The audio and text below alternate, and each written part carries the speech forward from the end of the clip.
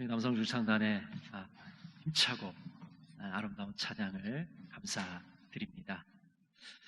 날씨가 점점 쌀쌀해지고 있는데요. 여러분 건강 조심하시고요. 또 현장에서 드리는 분들, 또 온라인으로 예배드리는 모든 분들의 가정에 하나님의 은혜가 충만하시기를 간절히 바랍니다. 우리는 코로나19를 겪으면서 예배에 대해서 다시 생각해 보게 되었습니다. 성전에서 현장 예배를 드리는 것이 예배의 정석이라고 생각해 왔는데 코로나가 이 모든 것을 바꾸었습니다. 그래서 온라인으로 영상으로 예배를 드리게 되었고 전에는 정말 상상지 못한 일이 일어나게 된 것입니다. 코로나 이전에도 유럽과 미국의 그 예배당들을 좀 살펴보면 굉장히 심각한 수준이었죠. 수많은 예배당들이 다른 용도로 바뀌게 되었습니다. 심지어는 성전이 술집으로 변한 곳도 있지요. 한국의 상황은 어떨까요? 미국이나 유럽처럼 그렇게 심각한 수준은 아직 아니지만 점점 그 추세를 따라가고 있는 것입니다. 오래전에 양산에 있는 한 교회가 예배당을 신축했습니다.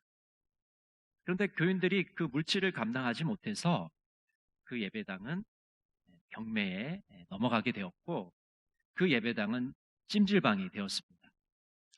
저는 그 찜질방을 지나갈 때마다 속으로 예전에는 저기가 무슨 교회였는데 저희가 예배당이었는데 그런 탄식을 하게 되었습니다.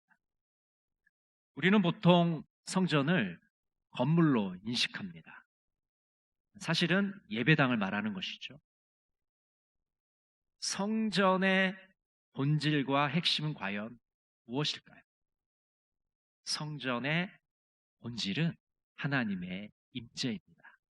여러분 한번 따라해 보실까요? 성전의 본질은 하나님의 임재이다. 하나님의 임재가 있는 곳이 성전입니다. 반대로 하나님의 임재가 없는 곳은 아무리 종교적인 건물이라 할지라도 성전이라 할 수가 없는 것이죠. 그래서 우리가 성전에 대해서 질문할 때 그것이 건물인지 사람인지가 중요한 것이 아니라 하나님의 임재가 있느냐 없느냐가 중요한 것입니다. 오늘 역대하 말씀은 솔로몬 왕이 성전을 건축하고 그 성전을 봉헌하는 그런 연설을 하는 장면입니다. 솔로몬 왕은 7년에 걸쳐서 성전을 건축합니다. 그리고 이 모든 건축은 하나님의 지시에 의한 것입니다. 사무엘하 7장 12절부터 13절 말씀을 우리 세 번역으로 한번 읽어보겠습니다.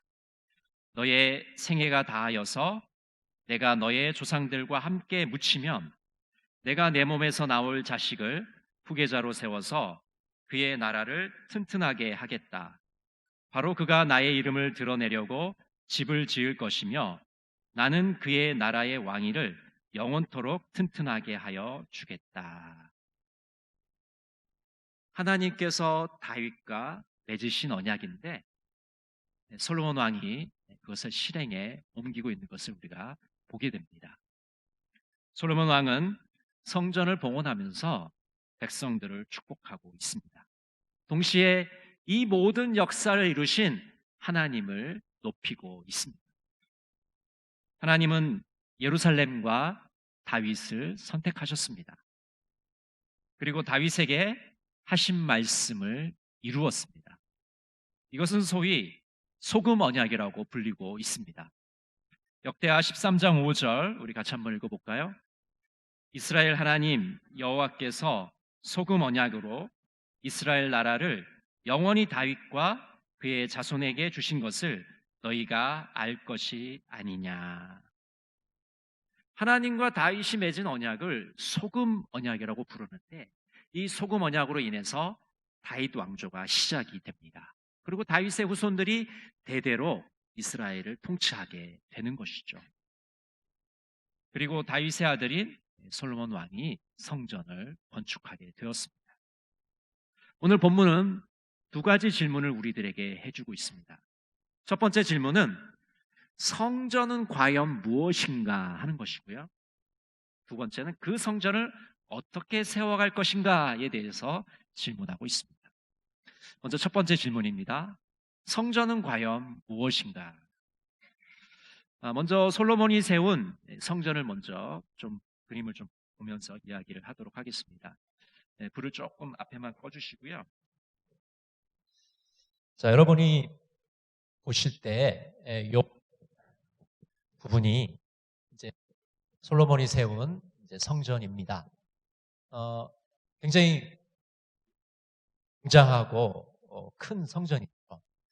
그다음 화면을 한번 볼까요? 솔로몬 성전을 이제 옆에서 한번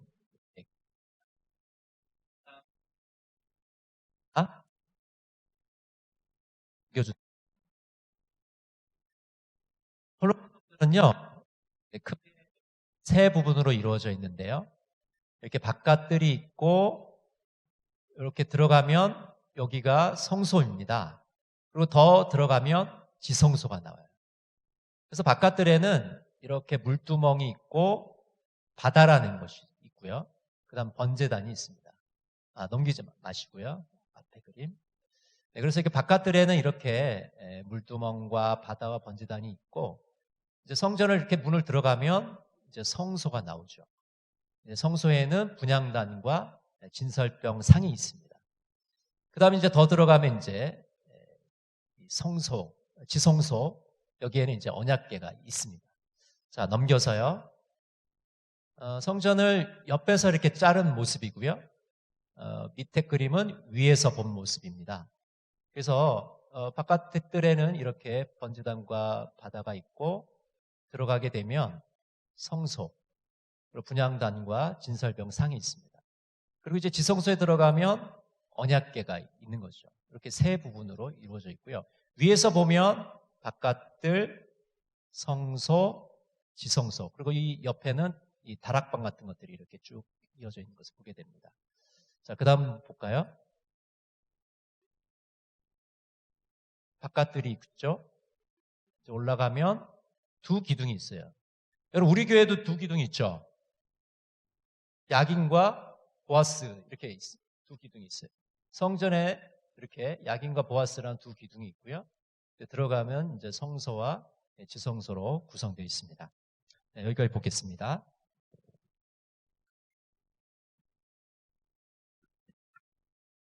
그래서 솔로몬의 성전은 이제 크게 세 부분으로 이루어져 있는데, 바깥들이 있고 성소가 있고 지성소로 구성이 되어 있습니다. 그래서 이 신학자인 그레고리 빌은 이 구약의 성전, 이 솔로몬 성전은 우주를 상징한다고 보았습니다.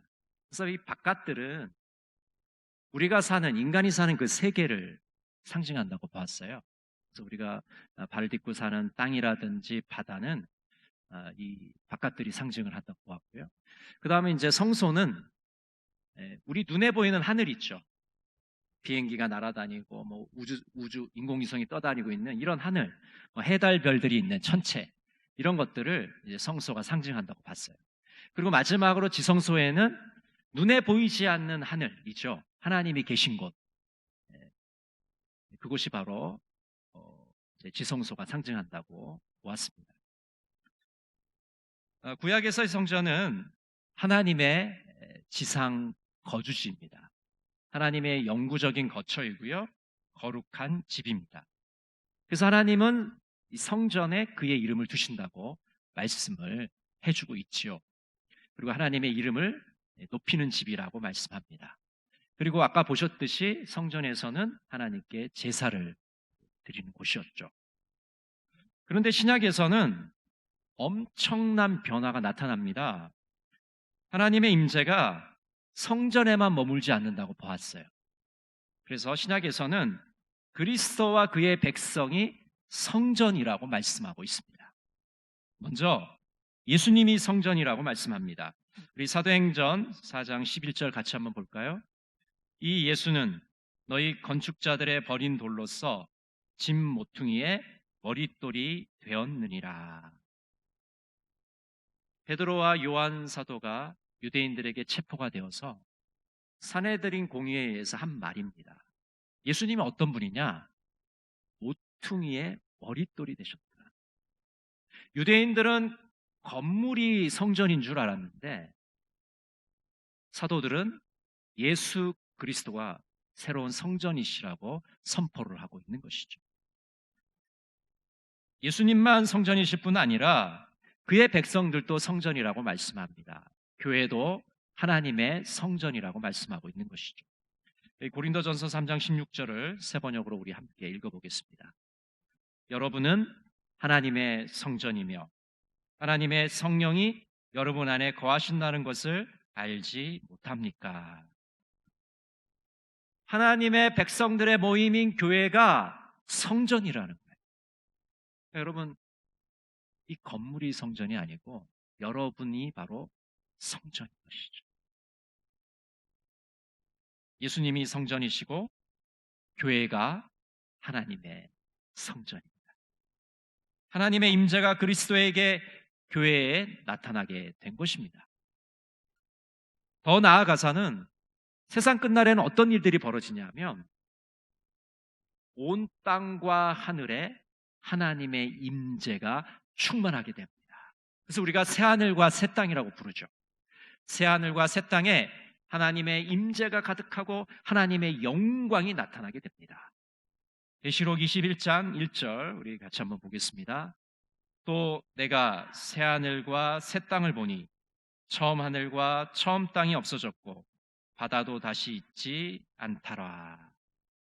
세상 마지막 날에는 하나님의 임재가 온 땅에 충만하게 되는 것이죠.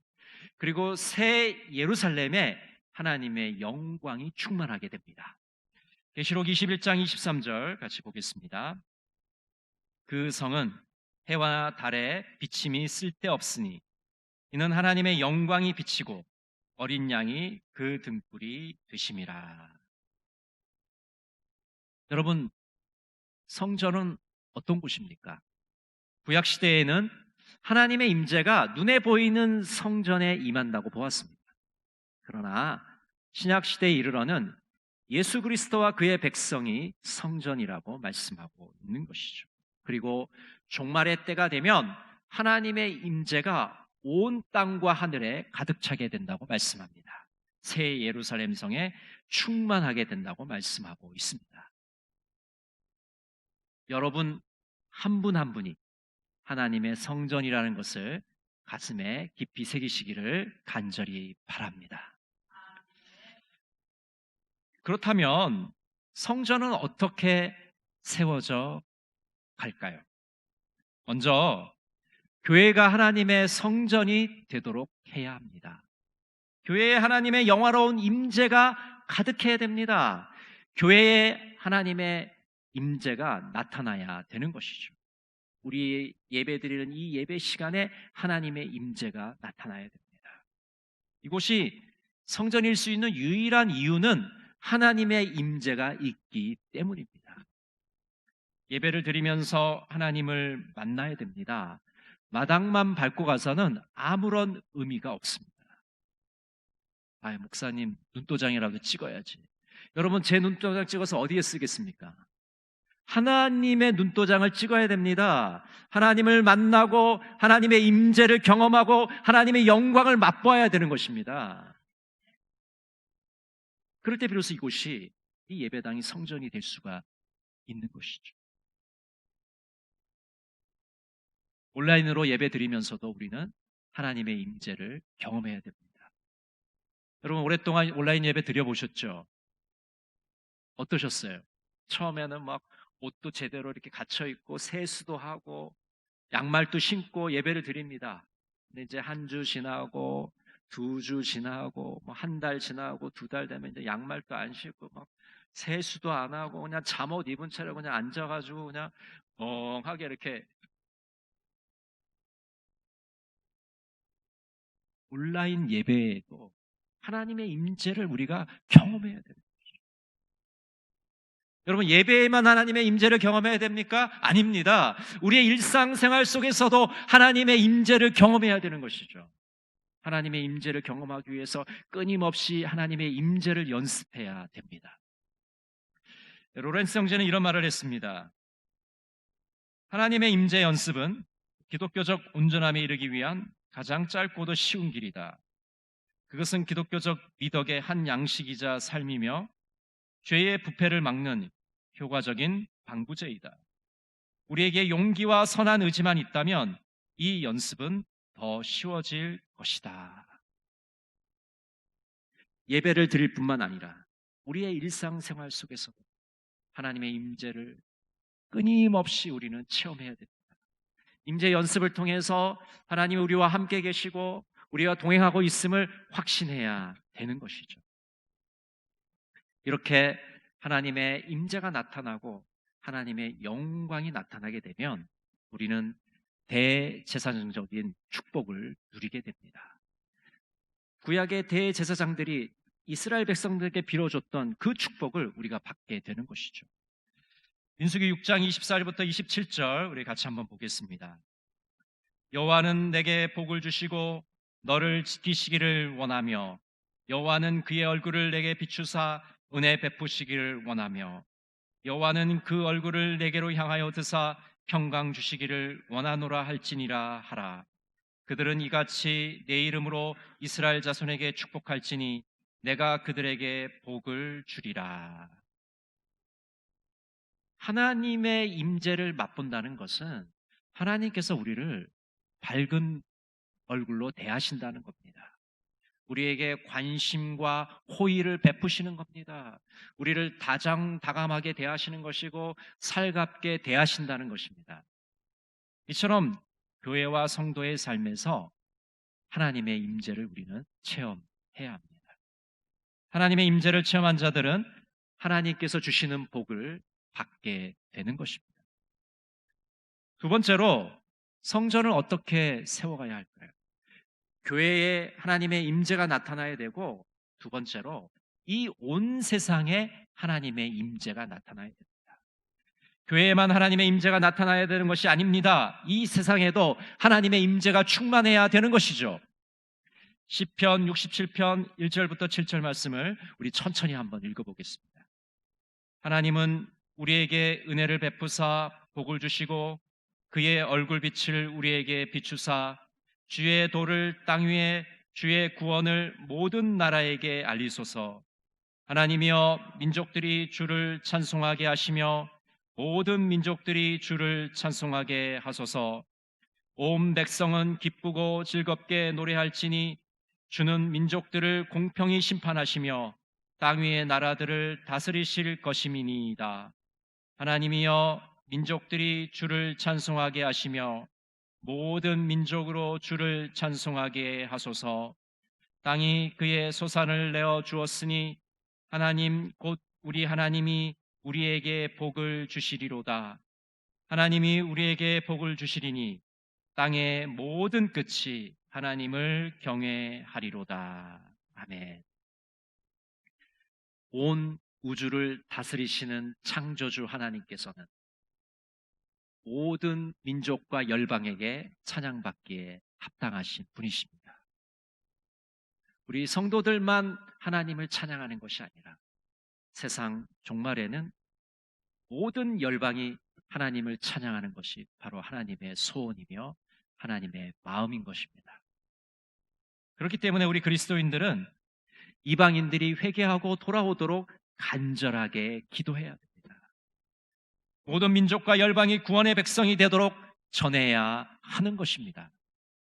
땅의 모든 끝이 하나님을 경외하고 경배하는 것, 이것이 바로 성전을 세워 나가는 것입니다. 우리가 예배 전에 부른 찬양이 있죠. 물이 바다 덮음같이. 가사는 다음과 같습니다. 세상 모든 민족이 구원을 얻기까지 쉬지 않으시는 하나님, 주의 심장 가지고 우리 이제 일어나 주 따르게 하소서. 세상 모든 육체가 주의 영광 보도록 우리를 부르시는 하나님, 주의 손과 발 되어 세상을 치유하며 주 섬기게 하소서.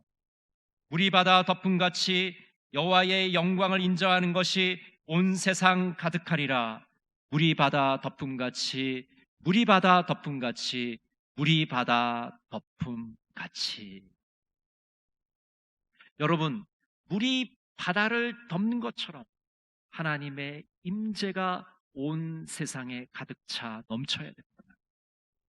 하나님을 인정하는 것이 열방에 충만해야 됩니다. 하나님을 경배하고 하나님을 경외하는 그 열방이 온 누리에 충만하기를 간절히 바랍니다. 존 웨슬리는 이렇게 기도했습니다. 주여, 언제나 내 마음에 임재하옵소서. 그리고 주님의 사랑으로 나를 부르신 모든 장소, 사람, 일에서 내 영혼을 채우고 다스리소서. 아멘. 여러분, 성전의 본질은 하나님의 임재입니다. 구약의 성전에는 우주를 상징했습니다. 그리고 신약은 교회가 하나님의 성전이라고 말씀하고 있습니다. 교회에 하나님의 임재가 충만해야 됩니다. 나의 삶에 하나님의 임재가 나타나야 됩니다. 온 세상에 하나님의 임재가 충만해야 됩니다. 여러분, 한 분 한 분이 바로 하나님의 성전임을 깨달으셔서 날마다 성전을 세워가시는 우리 동광의 모든 성도들이 되시기를 간절히 바랍니다. 기도하겠습니다. 사랑의 하나님, 전혀 예상치도 못했던 바이러스로 인해 예배당에서 예배가 드리기가 어려워지고 예배당이 다른 용도로 바뀌는 시대를 살고 있습니다. 성전의 본질이 건물이 아니라 하나님의 임재임을 깨닫게 하옵소서.